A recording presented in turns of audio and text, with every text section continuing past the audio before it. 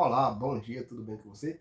Estamos aqui mais um dia para estudarmos a palavra do Senhor, junto com a lição de escola sabatina e aqui o nosso guia de vida, o nosso manual, o nosso dia a dia, que nós possamos assim ser sempre alicerçados na palavra do Senhor. E essa semana nós estamos falando sobre pecado na igreja. E hoje nós temos um tema aqui bastante pesado, então peço que você entenda com carinho. E para entendermos, vamos orar, vamos fechar nossos olhos e falar com o nosso Deus. Santo Deus, eterno Pai, abre a nossa mente, o nosso entendimento, para que venhamos entender a Tua palavra, que possa ser luz para os nossos dias, para a nossa vida, em nome de Jesus. Amém. Ok, hoje, domingo, dia 19/7/2026, 19/7/2026, domingo, isso mesmo. Diz assim, ó, incoerência entre fé e prática. Incoerência entre fé e prática é o nosso tema de hoje. E aqui diz que ao longo da história cristã, teólogos, pastores e membros têm estudado o Novo Testamento para entender como a igreja deve ser. Ficamos admirados, por exemplo, com a igreja retratada em Atos, a igreja lá de Atos dos Apóstolos, que os discípulos se reuniram, que ali as pessoas se batizaram, e que todos ajudavam uns aos outros, uma igreja linda. Mas rapidamente perdemos de vista um aspecto importante. Pessoas são problemáticas. Pessoas, seres humanos, são problemáticos.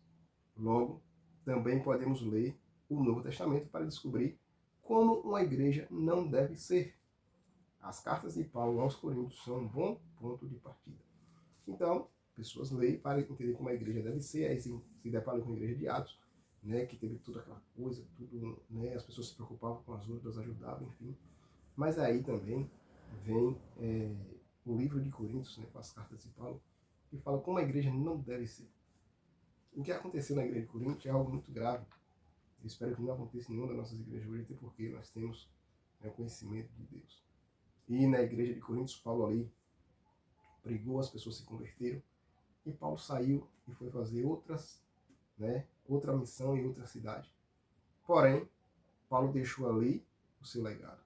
E Paulo não esqueceu daquela igreja, ainda estando em outro lugar, ele se preocupava com aquela igreja, ele se preocupava com aquele povo. E Paulo recebeu uma notícia muito triste. O Paulo acreditou que ficou muito irritado. E olha o que Paulo diz aqui em 1 Coríntios, verso 5. Ele diz assim: geralmente se ouve que há entre vós imoralidade e imoralidade, tal como nem mesmo entre os gentios, isto é, haver quem se atreva a possuir a mulher do seu próprio pai. Um assunto pesado, não é? Um assunto pesadíssimo, um assunto muito, como é que eu posso dizer, pesado para os nossos dias. Mas diz que a expressão mulher do seu próprio pai sugere uma relação incestuosa entre o homem e sua madrasta.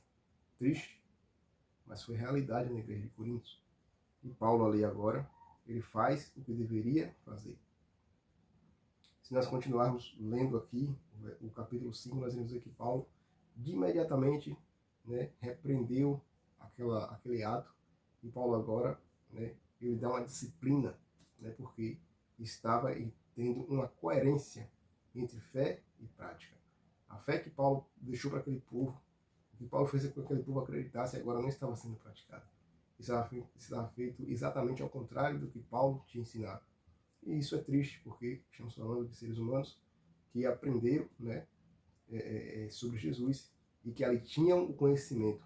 Porém, tinha pessoas ali e pessoas são problemáticas. Não sabemos por que a igreja de Corinto foi tão tolerante com esse pecado. A igreja ainda apoiou o pecado. Isso é o mais complicado. Infelizmente hoje, tem pessoas na igreja que às vezes apoiam o erro de um irmão por questões, quem sabe, financeiras, por ser uma pessoa importante, por ser uma pessoa de alto nível, algo totalmente, que foge totalmente daquilo que o Senhor Jesus ensina. Mas eu espero que na minha e na sua igreja não possa existir nada parecido com isso, nem perto disso. E Deus ele possa continuar comigo, possa continuar com você. E ainda somos, sendo seres humanos, sendo problemáticos, se nós estivermos apegados com Deus, nós venceremos o pecado e seremos perdoados pelo Senhor. Amém? Vamos orar? Nosso Deus eterno Pai, obrigado pelo teu cuidado, pelo teu carinho, obrigado pela tua proteção, cuida de nós nesse dia, em nome de Jesus. Amém. Amém, que Deus te dê um bom dia.